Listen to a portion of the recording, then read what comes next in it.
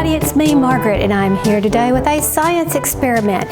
You know how big box affordable cottons are often notorious for running, fading, bleeding, whatever term you want to use, whatever the issue it may be. And this has bothered me for some time, but we've had hacks passed down to us over the years from our mothers and grandmothers that are supposed to set the colors to keep them from doing any of these running, fading, bleeding, whatever. And quite frankly, I've never had any of them work, not ever. And of course, my first thought is, I must be doing something wrong. And then I thought, well, you know what? I have never tried all of these things at the same time under the same conditions. So maybe that's an issue as well. So that's exactly what I'm going to do today. Now, today we're going to use this yarn, which is Peaches and Cream. The color is Happy Go Lucky. And I used this yarn ages ago to make myself this little summer top, and unfortunately it faded miserably. And I'm wondering, could I have used one of these pre-treating laundry hacks to set the color so that it wouldn't have faded so terribly?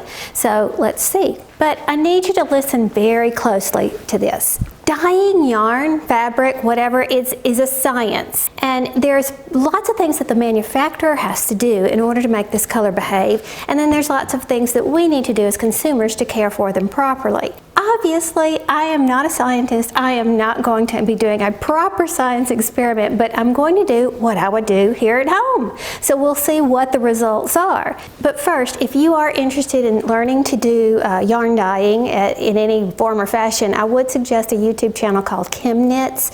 She is a chemist, and she does teach you how certain fibers require certain types of treatment, whether it be acid or basic or whatever, and she explains the whole process to you, and it's really fun to watch. And of course, there's the artistic aspect of it as well. So what I did was I got my little Addy Professional out, and I knitted up a bunch of samples that were approximately 30 rows, I think, and I kept one of them just as it was, right off the bolt. Right off the cone, I guess I should say. Then I took one right away and I washed it just as I would any of my dishcloths or dish towels, and that is I threw them in the wash on hot with bleach, because that's how I always do it. And then I also did one without bleach, hot water, you know, and then of course dried, no bleach. And then I did the little pre-treatment for the rest of these, and that's what I'm going to show you now. First test, 3 samples, soaking them in 3 different solutions to pre-treat, hopefully setting the color.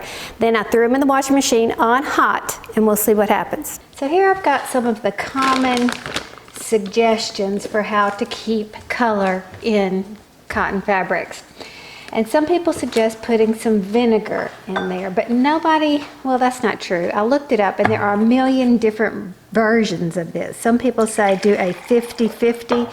Some people say do a 1 part vinegar, 3 parts water. So I don't know. So I'm just going to put that much. And then we have some Epsom salts. Now, Epsom salts are actually magnesium sulfate. It's not sodium. And I knew this when I was rattling on about it the other day because I have to use this as part of my line treatment. They make me sit in baths every day. It really helps my joints, and it's wonderful. And it's because of the magnesium sulfate, not because of sodium, of course. So this was another suggestion. Again, I'm not exactly sure of the ratio, but I was told to soak it in cool water. However, I'm probably going to need to heat this up in order to get it to all dissolve, which I think is probably important. And then last but not least, we had regular salt. Now this is kosher salt. We don't use regular salt at our house, and the only difference between regular salt and kosher salt is the size of it.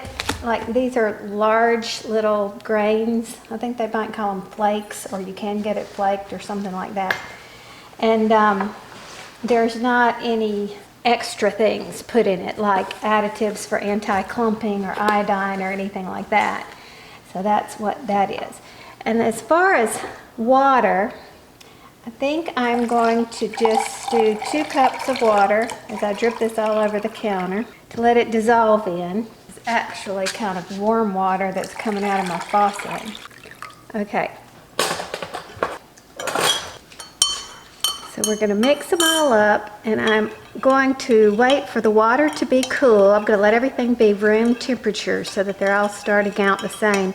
I have no idea if that makes a difference or not, but that's what I'm going to do. And this is going to take a little bit longer, so we'll come back to this in a little while.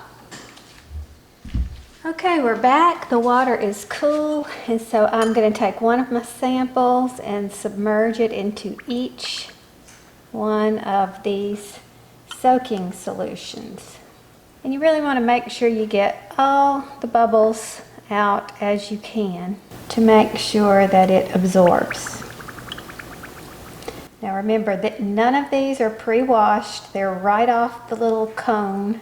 And we're going to let those sit and soak for, I don't know, hours. Maybe even overnight. But the point is I want them to have a good treatment so we can see what's going on. So I let these sit overnight, and now I'm going to label them with these colored stitch markers, these locking stitch markers, so we can kind of remember which is which. So here's the vinegar, because I left everything in order. There's the vinegar one, and make sure my hand's wiped off well. And the Epsom salt. I don't know if you can tell, but the Epsom salt looks like it's made the color run a little bit. There's a slight tint of kind of a teal color on the white. And then we have the salt, which also looks like it has a tint to it. But I don't know. We won't really know until we get it washed what the results will be. So I'll put 2 locking stitch markers on each one, same color for, of course, and just in case one comes off in the wash. We've got yellow for the vinegar, we have a pale green for the Epsom salt, and we have the light blue for the kosher salt. And now I wrote that down so I would remember which is which, and now I'm going to take a picture so I don't forget. So I'm in my laundry room, and I'm going to rinse these out a little bit with some cool water so we're all starting at a level playing field, I think.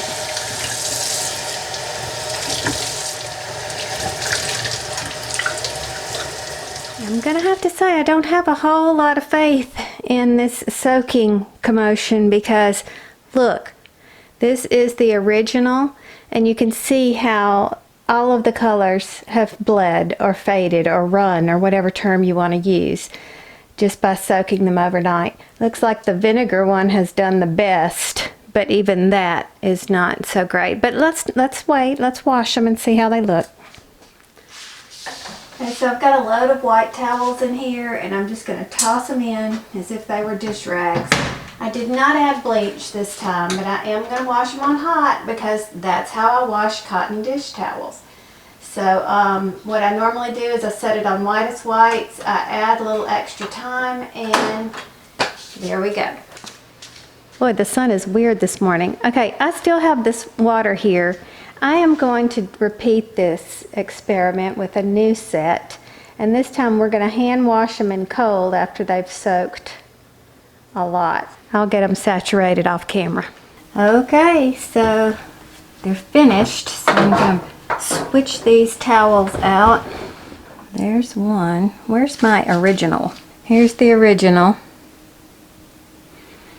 Kind of looks about the same. And the last one disappeared. Let me go on a hunt. Oh look, I still have the same dryer balls that I've had for all these years. Love these things. Okay, it's totally missing. Oh, here it is. It got stuck up there. I think, if I remember correctly, this was the salt. I don't know. Let's dry them all and we'll try them out at the end. Okay, here's the results. I've got you in the sunlight. I'm not sure if this is bright. I may have to shoot it again. I'm trying to get the best possible light on this. All right, this was the vinegar. This was the Epsom salt, which is actually magnesium sulfate, of course. And then this was the kosher salt. Only difference in this and table salt was the size of the little granular things, and this does not have any kind of additives in it, like anti-clogging chemicals or anything like that. That's table salt. Kosher salt is more pure, but it is sodium. In my estimation, they're all pretty much the same. I don't see a whole lot of difference. It will help if we put a control piece up here. So this is the one that's nothing's been done to. All I did was knit it up, and it hasn't had any water touch it, nothing at all. So you can definitely see that the colors have faded, that's for sure, but not as bad as when you wash it with bleach. Now, hot water and bleach is the way I always wash whites, especially towels and kitchen towels specifically. I want to kill any kind of germs that are coming from the kitchen and before they go back into the kitchen. So you can really see that the bleach did lighten it up a lot. So here it is with some different lighting. Now remember, we all have different screens, so the images can vary slightly among all of us viewers, but that shouldn't affect the amount of fading we perceive as we compare each sample to the original untouched piece. Hey, notice the amount of shrinkage as well, but that's not really what this experiment is about, but it's worth noting, don't you think? But the real question is, did any of these pre-treatments reduce the amount of fading? And the best way to compare that is with the untreated sample. Here's a closer view. What do you think?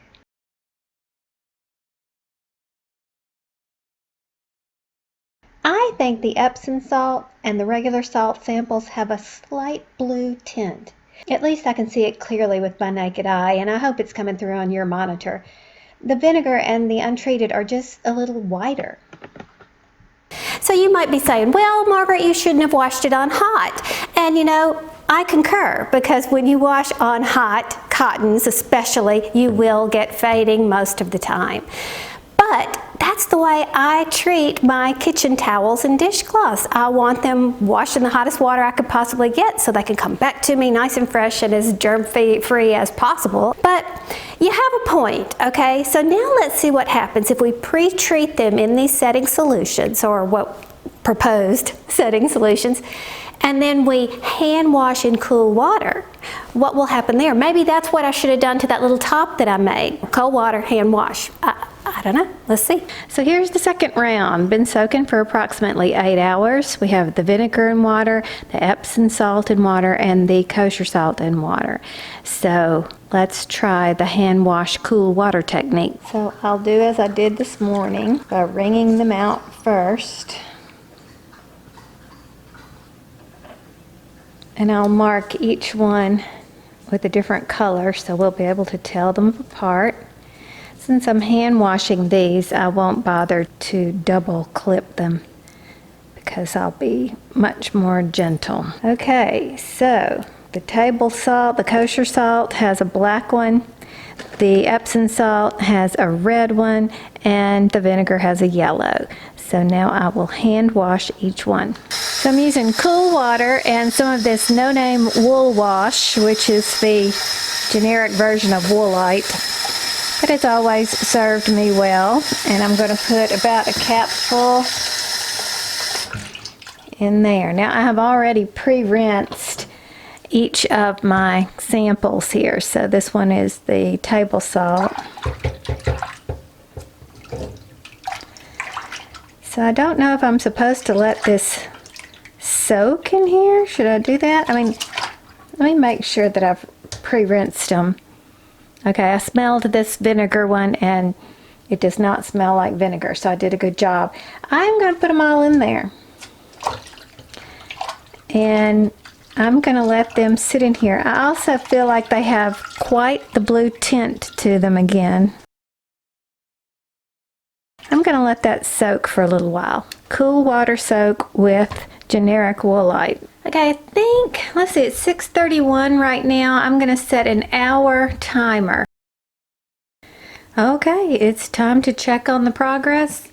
It looks like a lot of blue has run in the water. I need to go get my control. There's the control piece. And here is the piece, hand washing in cold water and doing all the soaking. Here's the vinegar pre-soak. What was this? This was the table salt, and this one was the Epsom salt, and none of them worked. So now let's put a Shout color catcher in there and see if it's too late. You're supposed to put it in while it's washing, but I'm just curious. Let's just put it in there and see if anything happens. Guess we have to let that soak in there too, huh? Okay, it's been about an hour, and let's see if the color catcher could do any good when I did not actually follow the directions. Well, it does look blue itself, that's for sure, but I don't think it's able to catch the color in this manner. Now the instructions, well, hang on a second. Well, no, I guess not. The instructions on the box are just for washing machines. They tell you can mix whites and colors. It tells you just to place it in the washing machine, and it can be used with all your favorite laundry products. And you just throw it away, but that's pretty much the only information. And just as an afterthought, I wanted you to see that the color catcher does pull some color. Here's the original color of a dry new one, and then you can see that it did get some on there, but it just didn't pull out as much as we needed. Again, as I showed you, I didn't do it exactly as it said, but there you go. So here are the hand wash cool versions right here, and while the colors themselves individually may be more vibrant, there's a blue tint all over the white, so that didn't solve the problem in the least. So let's start over and refresh our memories. We've got the original here, which hasn't been touched at all. Then we have the one that I threw in with wash and bleach. Didn't pre-treat, didn't do anything. This is how I normally would wash a kitchen towel or anything like that. It's pretty faded, easy to see. This is the one that I washed without bleach. I just threw it in there, again, not pre-treated. And I think it's easy to see that the bleach did make a big difference in the color right there. So we're going to move this one down here, the bleach unpretreated. This is the untreated and no bleach. Here's the original. And then we had the one that we soaked in vinegar. We soaked this one in Epsom salt, soaked this one in regular salt. And as we can see, there's really not that much difference between the untreated and the pre-treated, and I really do see a tinge of blue in these two that is not present in the one that I didn't treat at all. So the salts, magnesium sulfate and sodium, kind of made those blue dyes bleed a little bit, interestingly enough. And now we add in the hand wash cool water ones, and you can see there's just no comparison. Those are considerably bluer than the other ones. And I put them together. This was the vinegar soak, this was the Epsom salt, the magnesium sulfate, and this is the sodium. So as I carried this one around, this is the untreated one that I just tossed in the hot wash and dried, and you can see that it's probably the truest to the original color. It is faded. I actually think it looks a little bit better, to be honest with you. Either way, I don't think I'd waste my time doing it again. But there you go. So in the description box below, I'm going to leave you a link to a blog called The Spruce, where they have an article that explains more scientifically why this doesn't work. And furthermore, they also have awesome articles on lots of different topics here, but there are tons about laundry and removing stains and what to do if your clothes do have dye that bleeds on them and different things like that, which I thought was kind of helpful. So check that description box down below. But in a nutshell, what I learned from all of this is that there's two major factors. And one, it comes from the manufacturer. If they do not dye properly and apply a color fixative, then if it comes home to us, there's nothing we can do at that point. And furthermore, it has a lot to do with what the consumer does with it. For example, you could see how terrible the bleach looked. So had I not washed it on hot with bleach, that would have helped things some, right? But I think it's important as crafters for us to know what the yarn's going to do. So my best suggestion is if you buy some yarn for gifts you think you're going to give to somebody, work up a sample and treat it like you think they're going to treat it. And if it turns out all right, then you're good to go. And if it doesn't, choose another yarn. Now I'm sure there's going to be some people that claim they've had great success in using some of these fixatives for preventing this happening in their wash or their laundry. It very well could be that the conditions were completely different. Maybe it wasn't this particular type of cotton worked this way. Maybe the dyes were done on something else. I mean, we could go on and on about the variables that would go into testing this, but I know in testing this yarn right here, you've seen it in front of my face, that it didn't work in this instance. So again, I'll reiterate, always do a little test swatch, toss it in the wash as you think your recipients will do to see if your finished product is going to be safe from fading, bleeding, running, or whatever. Thanks for watching. We'll talk soon. Bye.